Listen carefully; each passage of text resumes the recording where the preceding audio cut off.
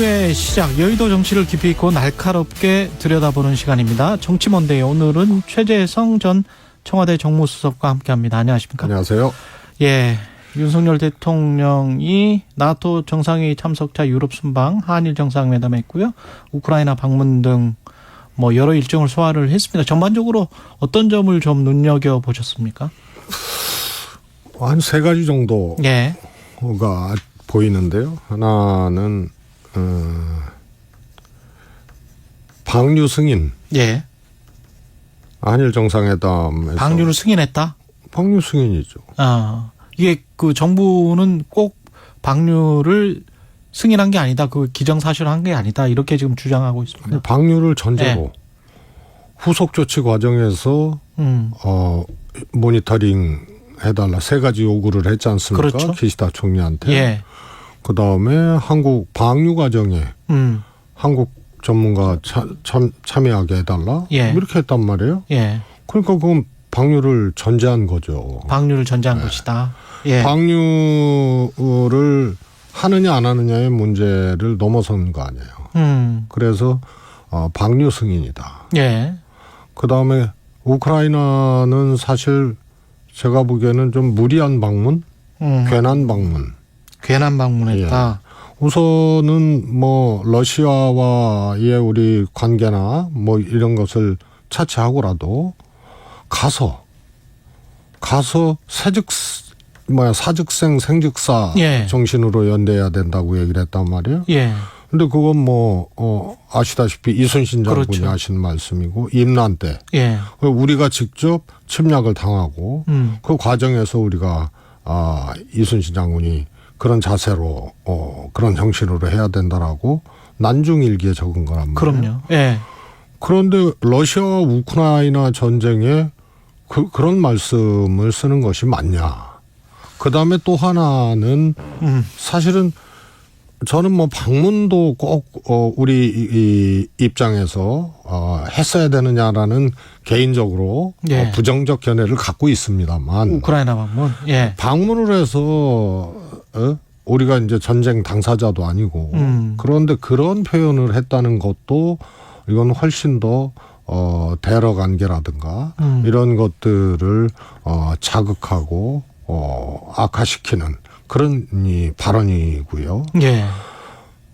그래서 그것은 뭐 이치에도 안 닿는 표현을 하셨고 방문했더라도 꼭 그런 표현을 했어야 되느냐. 예. 그러면 결국은 우리가 살상무기 직접 지원이라든가 뭐 이런 미국의 요구라든가 이런 것에 그 스텝까지 가는 거 아니냐. 이런 이제 걱정도 하게 된단 말이에요. 전쟁이 언제 어떻게 끝날지도 모르는 상황에서. 그렇습니다. 예. 그다음에 가서 또 전후 복구 얘기를 또 했단 말이에요. 그래서 예. 그거는 너무 이렇게 국내 홍보용으로 대통령께서 그거를 간주한 것이 아니냐 방문을. 그래서 전쟁 중인 나라에 가서 전후 복구 얘기하고 66조까지 발표를 해버리고. 예. 그러니까 민간인 피해 당하고 전쟁 치르고 그 속에서 고통받고 있는 우크라이나 사람들에게 좋은 메시지가 아니죠.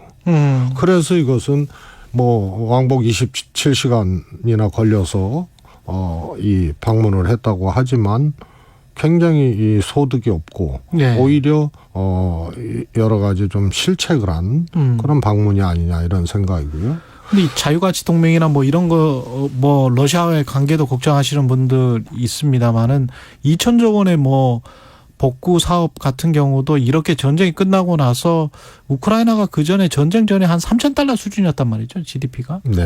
그렇죠. 그런 거를 생각을 한다면 그 돈이나 이런 것들이 실리적으로 봤을 때도 우리가 아마 무상차관이나 이런 거를 제공해야 되는 가능성도 열어놔야 될 것 같긴 합니다만은.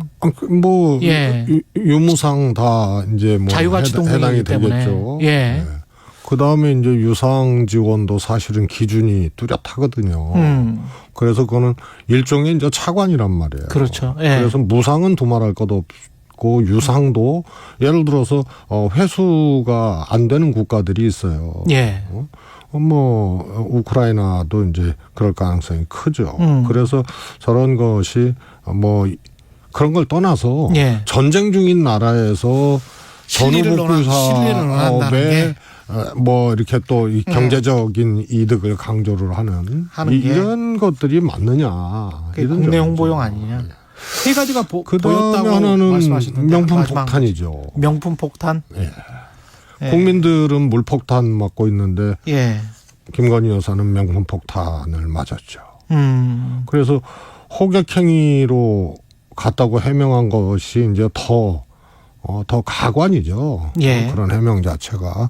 그럼 호객행위로 가서 명품을 그 뭐 보도에 의하면은 이제 꽤 산 걸로 그렇게 나오는데 5곳 정도를 드린 걸로. 그래서 그 명품 매장에서 오히려 자기네들 서비스나 또 노력의 성과로 그렇게 또 얘기를 했다는 거 아니에요? 대통령실은 산 게 없다라고 지금 그래서 주장을 샀으면은요, 호객당에서 샀으면은 호갱이죠. 그럼 우리 호갱 영부인이 국민을 완전히 호구 취급한 거죠. 근데 들어올 때 대통령실에 청와대에도 계셨으니까 들어올 때 만약에 그 세관에 신고는 합니까? 이거 안 하죠. 신고 안 합니까? 일반 사람 보통 가면은 이제 예. 외교행랑이라는 게 있으니까. 외교행랑이면은 괜찮은 거군요. 그렇습니다. 예. 그게 뭘 샀는지 대통령실에서 이야기를 만약에 안 한다면 국민들은 알 길은 없는 거예요. 알 길이 없는 거죠. 그렇군요. 예. 한국갤럽이 지금 지난 11일, 13일 자체 조사한 결과 보면 대통령 지지율이 전주보다 6%포인트 하락했습니다. 플러스 마이너스 3.1%포인트니까 그 오차범위 내긴 하지만 그럼에도 불구하고 낙폭은 굉장히 큽니다. 이건 어떻게 해석해야 될까요? 저는 하여튼 대통령 지지율, 예. 뭐 정당 지지율도 뭐 비슷합니다만 대통령 지지율은 사실 대선을 기준으로 보면 상당히 지금 윤석열 대통령을 찍었던 그런 국민들이 상당히 이탈을 한 거거든요. 예. 그리고 이제 중도층이 늘어난다는 거는 이탈한 분들의 일부가 이제 그쪽으로 가 있는 거예요. 예. 바로 이쪽 야당을 지지하거나 이러기는 어려우니까. 그래서 이것이 과거에도 그런 패턴들이 있는데 상당 정도 이탈한 사람들이 중립지대에 있다가 시간이 지나면서 완전히 이제 등 돌려서 다른 데로 이사를 가는 예. 그런 것들이 이제 나타나는데 지금 이제 그 시기가 시작이 됐다 이렇게 볼 수 있고요. 30% 중반대가 콘크리트 같지만 예. 그건 가파른 진영 대결 속에서 그렇게 보이지만 대선 때는 투표한 사람들 기준으로 득표율을 따지잖아요. 예. 그게 이제 50%가 안 되는 거거든요. 그러면은 여론조사라는 것은 투표를 했든 안 했든 하여튼 응답한 사람들을 그렇죠. 기준으로 하기 때문에 예. 35%라는 거는 한 20% 빠진 거죠. 네. 그래서 지금 가파른 진영 대결에서 이 콘크리트 지지로 그렇게 간주하는 분들도 있지만 그것은 하락을 예고하는 추이다. 그래서 저는 추가 하락이 있을 것이라고 봅니다. 추가 하락이 있을 것이다. 방금 소개해드린 여론조사 자세한 내용은 한국갤럽 홈페이지를 참조하시면 되고요. 서울 양평고속도로와 관련된 국정조사는 조금 좀 미뤄질 것 같습니다. 지금 수해 복구가 먼저니까요. 근데 어떤 점에 이제 집중해서 질의하고 어떤 걸 규명해야 된다고 보세요? 우선은요, 정부에서는 저거를 지금 사실 양평 군민 내에 여론전으로 가고 있는 거 아니에요? 예. 사실은 지금 변경안이 있지 않습니까? 그쪽에 이해관계를 갖고 있는 예. 군민들이 조금 더 수적으로 많아요. 강상면 쪽에 이제 양평읍이 있기 때문에. 예. 그런데 이거는 군도가 아니잖아요. 고속도로 국비 100% 국비로 그렇죠. 하는 거거든요. 예. 그래서 포인트를 민주당도 이거를 잘 잡아야 돼요. 뭐냐면은 이것은 수도권 광역교통망. 그다음에 다른 이제 고속도로하고 연결의 이제 연계성 이런 것들을 전반적으로 보면서 했던 거기 때문에 군도가 아니에요. 이건 군도로가. 예. 그래서 양평 군민의 숫자가 강상면이 더 맞느냐, 양서면이 더 맞느냐 하는 것은 사실 선호도가 어느 쪽이 맞냐는 거는 중요하지가 않은 거예요. 그래서 이 연계성이라든가 수도권 교통망의 효율성이라든가 이런 것을 전반적으로 보면서 이 100% 국비로 하는 거기 때문에요.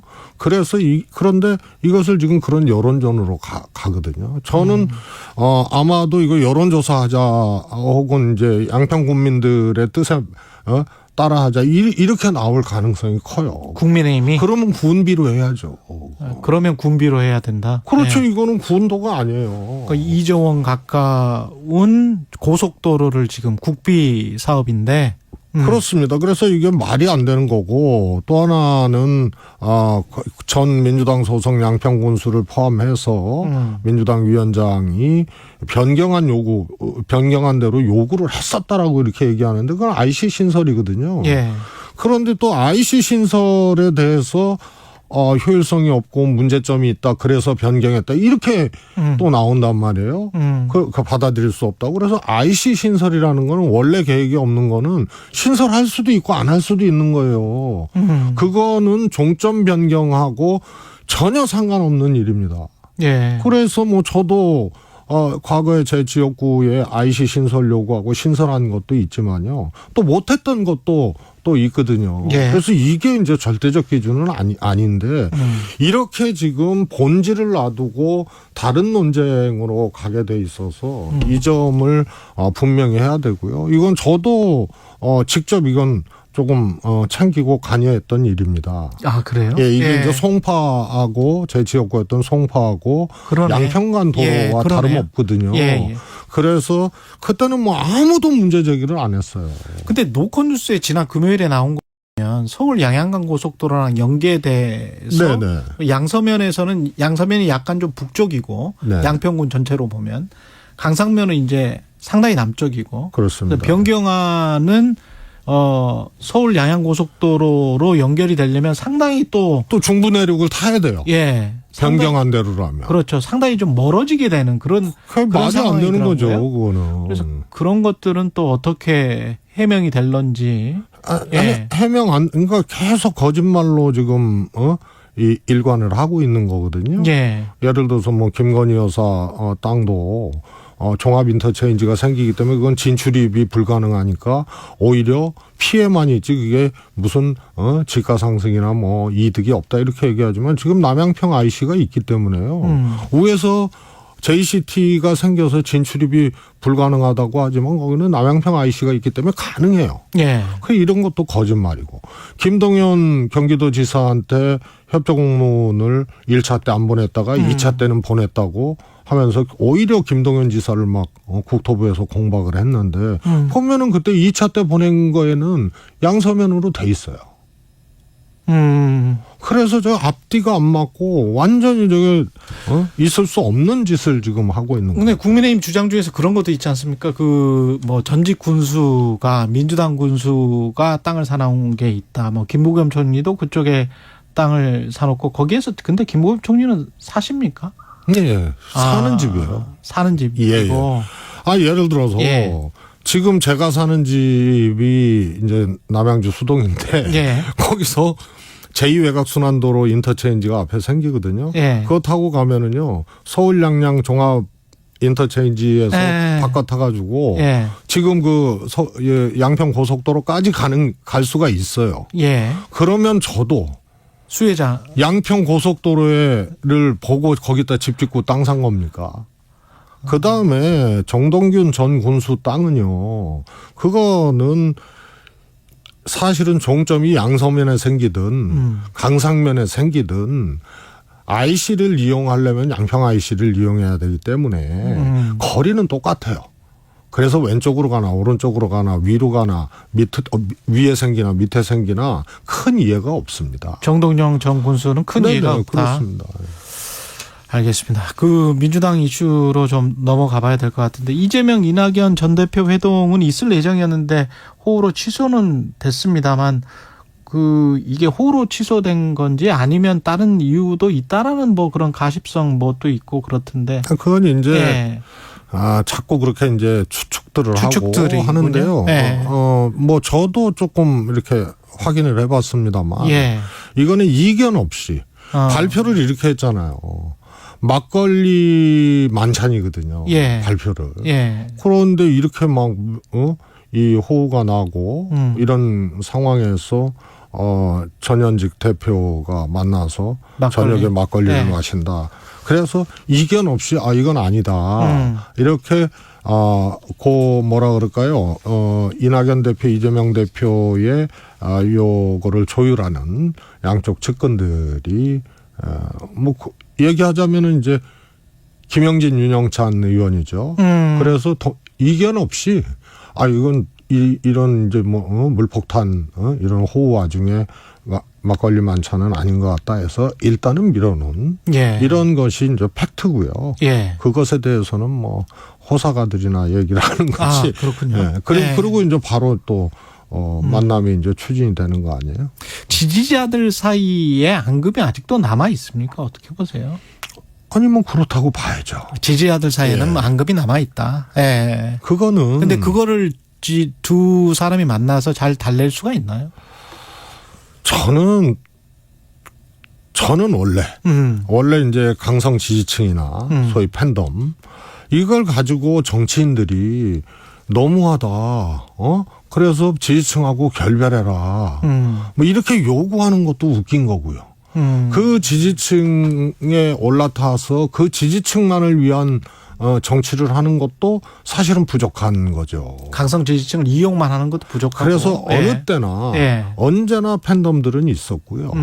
또 지지층 사이에 이런 뭐라 그럴까요? 감정, 앙금, 또 이렇게 논란 이런 것들은 이명박 박근혜 대통령 예. 지지층도 그랬고 친박친이 예전에 뭐 노무현 대통령과 이제 정동영 그다음에 정동영 뭐 또 이 지지자들과 또 뭐 유시민 지지자들 뭐 이게 다 그런 것들이 있었어요. 그래서 그게 정치를 하는 직접적인 결정의 주체들이 아니잖아요. 그건 정치인들이거든요. 근데 예. 그것 때문에 정치 못하겠다. 저걸 제거해야 된다. 결별해라. 이게 뭐 민주당의 뭐 하여튼 큰 해악이다. 이렇게 얘기하는 것도 스스로를 부정하는 거죠. 정치인들이. 그다음에 거기에 올라타서 그것만을 위한 정치도 무책임한 거고요. 예. 그래서 이게 저는 두 대표가 만나서 뭐 해소하려고 뭘 해도 되지도 않을 거고 해소하려고 뭔가를 지지층 간의 이런 앙금이나 이런 거 해소하려고 뭔가를 하는 것 자체도 저는 우스운 일이라고 봐요. 일단 만남 자체가 성사되면 그 다음부터 자연스럽게 풀리든지 아니면 구조적으로 어떻게 할 수 없는 부분들은 그대로 놔둘 수밖에 없다. 아니 뭐 지지층들이 자기 정치적 의사 표현을 그렇게 하고 그것이 불법적인 것이 아닌 한은 그것은 뭐 늘상 있을 수 있는 일이고. 근데 그게 좀 더 가서 뭐 이상민 의원처럼 무슨 유쾌한 결별, 분당 뭐 이런 것까지 발전할 수도 있는 상황입니다. 이상민 의원이 조금 이렇게 조금 너무 나간 얘기를 한 거고요. 너무 나간 이야기입니다. 그렇게 피해 의식을 느끼는 거. 이것 자체가 저는 정치의 이제 주체잖아요. 그리고 당으로 따지면 당 운영에 이제 어떻게 보면은 결정권자들이거든요. 그런 국회의원이 팬덤 때문에 못 하겠다. 그래서 뭐 유쾌한 결별을 각오해야 된다. 뭐 이런 거는 아니라고 보고요. 이상민 의원도 그 뭐 지지층 문제 때문에 유쾌한 결별 얘기를 한 거는 아니고요. 그래서 오히려 두 대표가 만나시면 전현직 대표가 만나시면 오히려 조금 더 큰 차원의 얘기들이 있을 수 있어요. 하나는 이재명 대표 입장에서는 윤석열 정부의 이런 폭주, 이런 국정 운영의 난맥, 또 뭐 퇴행하고 있는 뭐 여러 가지 민주주의나 이런 거, 이런 것에 함께 연대해서 싸우자. 함께하자. 이런 것이 현직 당대표로서는 이낙연 대표하고 함께 해야 된다는 요구를 할 수 있는 부분이고. 이낙연 대표는 이미 뭐 조금 언급을 하셨지만 당혁신 또 당의 이제 민주주의 이런 것을 더 진전을 시켜야 된다. 예. 혹시 퇴행하고 있는 것이 아닌가. 그래서 혁신과 민주주의를 또 얘기를 할 수가 있죠. 예. 이런 차원에서 두 분이 만나셔서 그런 각각의 어떤 요구와 생각들을 가지고 저는 충분히 공감대를 이룰 수 있다고 봐요. 알겠습니다. 여기까지 듣겠습니다. 최재성 전 청와대 정무수석이었습니다. 고맙습니다. 감사합니다. 최경영의 최강시사는 여러분과 함께합니다. 짧은 문자 50원, 긴 문자 100원이 드는 샵 9730. 어플 콩과 유튜브는 무료로 참여하실 수 있습니다.